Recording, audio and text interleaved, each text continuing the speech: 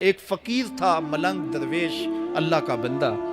اس کی عادت یہ تھی کہ اپنے ڈیرے پہ آنے والوں کو کھلاتا، ان کو پلاتا، ان کی ضروریات کا خیال رکھتا، لیکن ان کو مالی آسودگیاں نہیں تھی. ہوتا یہ تھا کہ بعض اوقات لوگ آتے تو ادھار لے کر کے وہ لوگوں کو کھلا دیتا. خیر، چونکہ فقیر کا مزاج یہ ہوتا ہے کہ لوگ آئیں اس کے ڈیرے سے کھائیں. بابا بلے شاہ نے بھی کہا تھا نا، اٹ کھڑک کے دکڑ بجے تتا ہووے چلا، آن فقیر کھا کھا جاون راضی ہووے بلا. یہ فقیروں کا مزاج ہے. تو جو بھی آتا اس کے ڈیرے سے کھاتا، اور وہ ادھار اٹھا اٹھا کے لوگوں کی ضروریات کو پورا کرتے رہتے. وقت آخر آ گیا، جن لوگوں نے ادھار دیا تھا وہ سارے تقاضا کرنے آ گئے. اب بابا جی کو کیا فکر لاحق ہے کہ یہ میرے مہمان اور میں ان کو کچھ پیش کرنے کی صلاحیت نہیں رکھتا. ایک بچہ تھا، وہ کچھ سامان بیچ رہا تھا، پتیسا بیچ رہا تھا یا کوئی اور چیز بیچ رہا تھا. اس نے گلی سے گزرتے ہوئے آواز لگائی، خادم کو کہا سے بلا کے لاؤ. کہا تم بیچ رہے ہو تو میرے مہمانوں کو کھلا دو. بچہ بڑا خوش ہوا کہ میں سارا دن گلیوں میں گھوم کے یہ پتیسا بیچنا تھا، اب یہ ایک جگہ ہی سارا فروخت ہو گیا تو یہ تو موج لگ گئی، میں جلدی گھر چلا جاؤں گا، میری ماں خوش ہوگی. تو سارا ان مہمانوں کو کھلا دیا گیا. اور اس کے بعد کہا بابا جی پیسے. کہا تم بیٹھ جاؤ، جب ان کو ملیں گے تو تجھے بھی مل جائیں گے. وہ بیٹھ گیا، 2 4 10 منٹ بیٹھا تو بچہ تھا، پھر کھڑا ہو گیا، بابا جی پیسے. کہا جب ان کو ملیں گے تو تجھے بھی مل جائیں گے. پھر آدھا گھنٹہ گزرا تو پھر اس نے کہا بابا جی پیسے، میری ماں میرا انتظار کر رہی ہے، ہمارے گھر کا چولہا اسی سے جلتا ہے، میں یہ پیسے لے کر جاؤں گا اور میری ماں کوئی ہنڈیا خریدے گی اور ہم شام کا گھر کا کوئی سلسلہ کریں گے. کہا بیٹا جب ان کو ملے گا تو تجھے بھی مل جائے گا. بچے نے رونا شروع کر دیا. یتیم بچہ تھا، اس کا سارا آسرا یہی تھا. اس نے رونا شروع کر دیا. جب بچہ رویا اللہ کی رحمت کو جوش آیا. کوئی مرید نذرانہ لے کے ان بزرگوں کے پاس آ گیا اور اشرفیوں کی بھری ہوئی تھیلی پیش کی. وہ اتنے پیسے تھے کہ اس بچے کو بھی دیے، جتنے لوگ آئے تھے سب کا قرض چکایا. کہا جاؤ گھروں کو. تو سب نے کہا بابا جی ہم صبح سے بیٹھے ہوئے تھے تو یہ نذرانہ دینے والا صبح سے نہیں آیا تو اب کیسے آ گیا؟ کہا صبح سے تمہارے اندر کوئی رونے والا نہیں تھا، ایک رونے والا آیا تو باقیوں کا بھی کام بن گیا. بعض اوقات کسی ایک شخص کی وجہ سے باقیوں کی خطائیں بھی معاف ہوتی ہیں. آج ہم اجتماعی طور پہ تا حد نظر اندر باہر اوپر نیچے اتنے لوگوں کے ہجوم میں اللہ کی بارگاہ سے یہ توقع رکھتے ہیں کہ مالک کتنے ہجوم میں کوئی ایک تو ہوگا جو تیرا لاڈلا ہوگا، کوئی ایک تو ہوگا جو تیرا بہت قریبی ہوگا، کوئی ایک تو ہوگا جس پہ تیری رحمتیں برسیں گی. تو مالک اس کے صدقے سے ہماری خطائیں بھی معاف کر دے، ہمارے گناہ بھی معاف کر دے. کوئی ایک رونے والی آنکھ مل گئی تو باقیوں کا بھی کام بن جائے گا. اٹھ فریدا ستیا تے میلا ویکھن جا، وت کوئی بخشیا مل جاوے تے توں ہی بخشیا جا. میرے مالک ہم سب کی خطائیں معاف کر دے، ہم سب سے درگزر فرما اور ہم سب کے باطن کو ستھرائیاں دے دے، ہمارے اندر کو پاکیزگیاں دے دے. بہت وقت میں نے اور آپ نے صاحب گزار لیا، تیزی کے ساتھ زندگی بیت رہی ہے. میں اگر اپنے آپ کو دیکھوں تو میری زندگی کتنی بہاریں کاٹ چکی ہے. اگر آپ اپنے آپ کو دیکھیں، کوئی 60 سال، کوئی 20 سال، کوئی 25 سال، زندگی تیزی کے ساتھ گزر رہی ہے. بندہ جب سوچتا ہے کہ میں 40 سال کا ہو گیا ہوں تو آگے میری زندگی کے اگر 30 سال بھی ہیں تو 30 سال تو کافی ہیں، لیکن وہ پیچھے اگر پلٹ کے دیکھے تو 40 سال یوں گزر گئے جس طرح چٹکی بجائی جاتی ہے. جب چٹکی بجانے کے وقت میں 40 سال گزر گئے محسوس ہوتے ہیں، تو جو باقی 30 سال اگر ہوئے بھی وہ تو گمان ہے میرا، وہ تو گمان ہے آپ کا. ہمیں تو ایک سانس کا بھی نہیں پتا. پوچھا گیا زندگی اور موت کے بارے میں کیا خیال ہے؟ کہا فجر پڑی ہے، پتہ نہیں ظہر پڑھ سکیں گے یا کہ نہیں. کہا اتنی لمبی امیدیں لگائے بیٹھے ہو. کہا ظہر پڑی ہے، پتہ نہیں عصر پڑھنے کا موقع نصیب ہوتا ہے کہ نہیں. کہا یہ بھی طول عمل ہے. ایک بولا عصر پڑی ہے، پتہ نہیں مغرب پڑھ سکیں گے یا کہ نہیں. کسی نے کہا ایک رکعت پڑی ہے، پتہ نہیں دوسری رکعت بھی پڑھنا نصیب ہوتی ہے یا نہیں.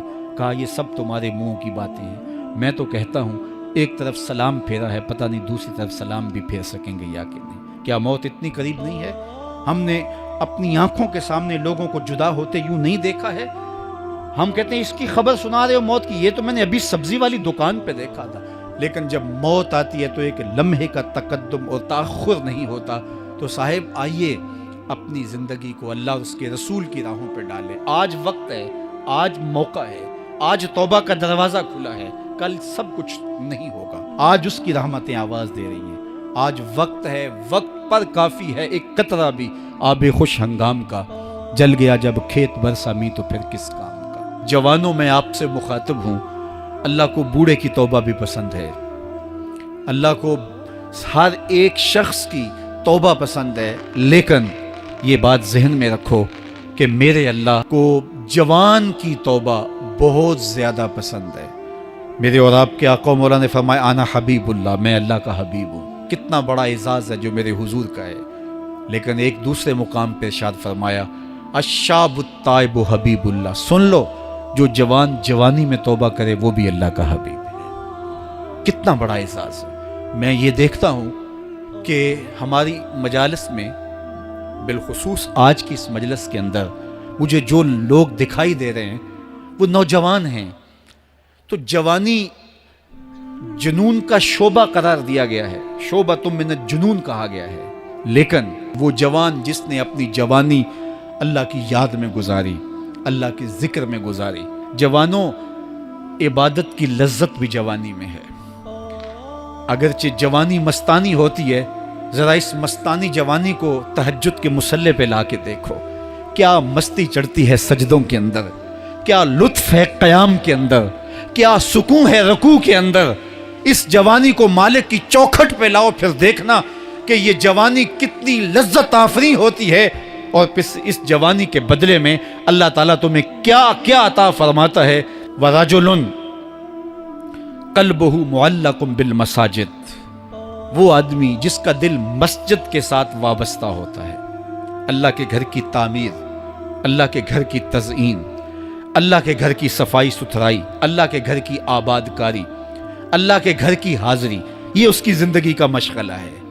مسجد کے ساتھ وابستہ ہے, اس کو جنون ہے اللہ کا گھر خوبصورت ہو, اس کو جنون ہے اللہ کے گھر میں رونق ہو, اس کو جنون ہے کہ اللہ کے گھر میں صفائی ستھرائی ہو, پاکیزگی ہو, لوگوں کا آنا ہو, اور لوگوں کا مسجد سے ربط ہو, اور مسجد کی حفاظت اس نے اپنے ذمے لی ہوئی ہے. مسجد کے کام وہ غلاموں کی طرح کرتا ہے.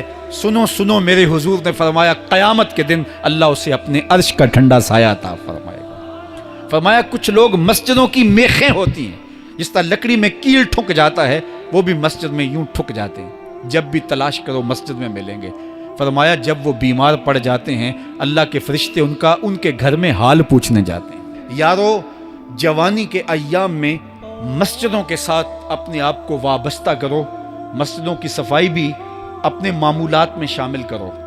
جس طرح آپ اپنے معمولات بتاتے ہیں کہ ویکینڈ پہ میں یہ کرتا ہوں, روزانہ کی میری جو ہے وہ ترتیب یہ ہے, مہینے کے بعد ایک مرتبہ یہ تفصیلی کام کرتا ہوں.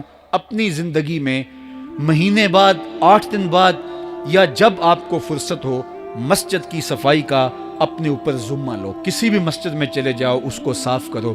جب تم اللہ کے گھر کو دھو گے, اللہ تمہارے دل کو دھو دے گا, تمہارے دل کو اللہ پاک کر دے گا. تو یہ مسجدیں کعبۃ اللہ کی بیٹیاں ہیں. اللہ تعالیٰ نے مسجدوں کے ذریعے زینت دی ہے زمین کو. جس طرح آسمان ستاروں سے سجا ہوا ہے, زمینیں مسجدوں سے سجی ہوئی. اس لیے اللہ کے گھر کے ساتھ جو شخص ربط رکھتا ہے, میرے اور آپ کے آقا مولا نے فرمایا قیامت کے دن اس کو اللہ اپنے عرش کا ٹھنڈا سایہ عطا فرمائے. وہ آدمی جس میں تنہائی میں اللہ کا ذکر کیا, اللہ کو یاد کرنے بیٹھ گیا, کوئی دیکھنے والا نہیں تھا, وہ تنہا تھا, حجرے میں تھا, اپنے بند کمرے میں تھا, اپنے رب کو یاد کیا. اللہ کی یاد کرتے کرتے اس کی آنکھوں سے آنسو ٹپکنے لگے, اس کی آنکھیں آنسوؤں کا خراج دینے لگی. تو میرے اور آپ کے آقا و مولا نے فرمایا کہ یہ آنسو اتنے قیمتی ہیں, ان آنسوؤں کے بدلے میں قیامت کے دن اسے عرش الہی کا سایہ نصیب ہوگا. عرش الہی کا سایہ اسے نصیب ہوگا ان آنسوؤں کے بدلے میں. رومی علیہ رحمہ فرماتے ہیں جہاں پانی گرتا ہے وہاں سبزہ اگتا ہے, جہاں آنسو گرتے ہیں وہاں رحمت اترتی ہے. تو اس لیے جو اللہ کی یاد میں رونے کا لطف ہے اور اللہ کی یاد میں آنسو بہانے کا اجر اور صلہ رکھا گیا ہے, یہ گناہوں کو دھو ڈالتا ہے, یہ اندر کی صفائی اور ستھرائی کا سبب اور ذریعہ ہے. میرے اور آپ کے آقا مولا نے فرمایا راتوں کی تنہائیوں میں اٹھ کے قرآن پڑھا کرو اور قرآن پڑھتے ہوئے رویا کرو. پھر فرمایا فَإِلَّمْ تَبْكُوا فَتَبَاكُوا، اگر رونا نہ آئے تو رونے کی کوشش کیا کرو۔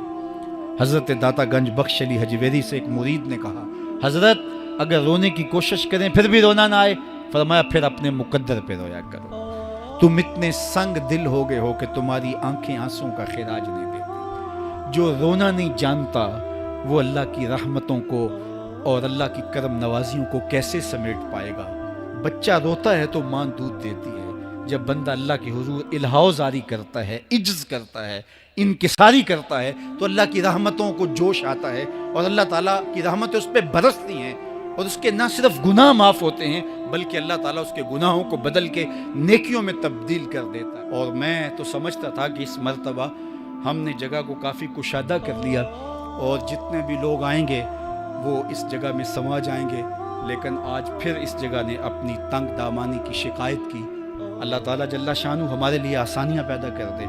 اور آج کی شب ہم نے یہ بھی دعا کرنی ہے، ایک تو ہم نے یہ آرزو کی ہے کہ 2019 کے اندر ہم نے مرکز مصطفیٰ کی تکمیل کرنی ہے۔ یہ میرے بس کا روگ نہیں ہے، کروڑوں روپے درکار ہیں، لیکن آج کی رات کی ہوئی دعائیں اگر قبول ہوئیں تو یہ ٹارگٹ مشکل بھی نہیں ہوگا۔ اللہ لوگوں کے دلوں کے اندر یہ بات ڈال دے گا اور وہ سعادت سمجھ کے اس کام کو اپنے ذمے لیں گے۔ ہر شخص یہ سمجھے کہ اس مرکز کی تعمیر میری ذمہ داری ہے اور میں اپنی استطاعت کے مطابق اس ذمہ داری کو نبھاؤں گا۔ ہم نے یہ بھی مانگا ہے کہ میرے مالک ہمیں وسیع و عریض جگہ بھی نصیب فرما کہ جس میں ہم اپنے آنے والے مہمانوں کو اچھے انداز سے بٹھا سکیں، ان کی ضروریات کو پورا کر سکیں، ان کے لیے پارکنگ فراہم کر سکیں۔ مجھے پتہ ہے جس مشکل کے ساتھ آپ لوگوں نے اپنی گاڑیاں کھڑی کیں اور جس مشکل کے ساتھ اب یہاں باہر اندر اوپر اور مرکز کے ہالز کے اندر یہاں برآمدوں میں جس طرح آپ کھڑے ہیں سب میری نگاہوں میں ہیں۔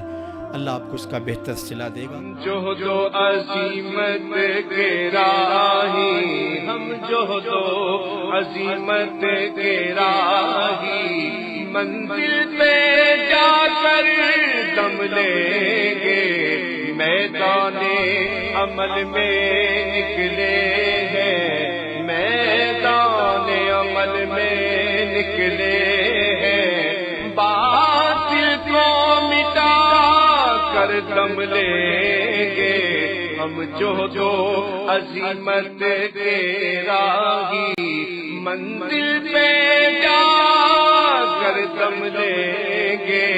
اتنے لوگوں کی آمین کے ساتھ تیری بارگاہ میں دعا ہے اس مرکز مصطفیٰ کو قیامت تک سلامت رکھنا، اس کی رونقیں آباد رکھنا۔ جس شخص نے مرکز کی تعمیر کے لیے ایک اینٹ بھی دی اللہ اسے جزا دینا، جس نے گزرتے ہوئے محبت کی نظر سے دیکھا بھی اللہ اسے بھی جزا دینا۔ اللہ مرکز کی تعمیر کے لیے ہمیں خزانہ غیب سے وسائل عطا فرمانا۔ اللہ تو کریم ہے، ہمارے لیے آسانیاں پیدا کر دینا۔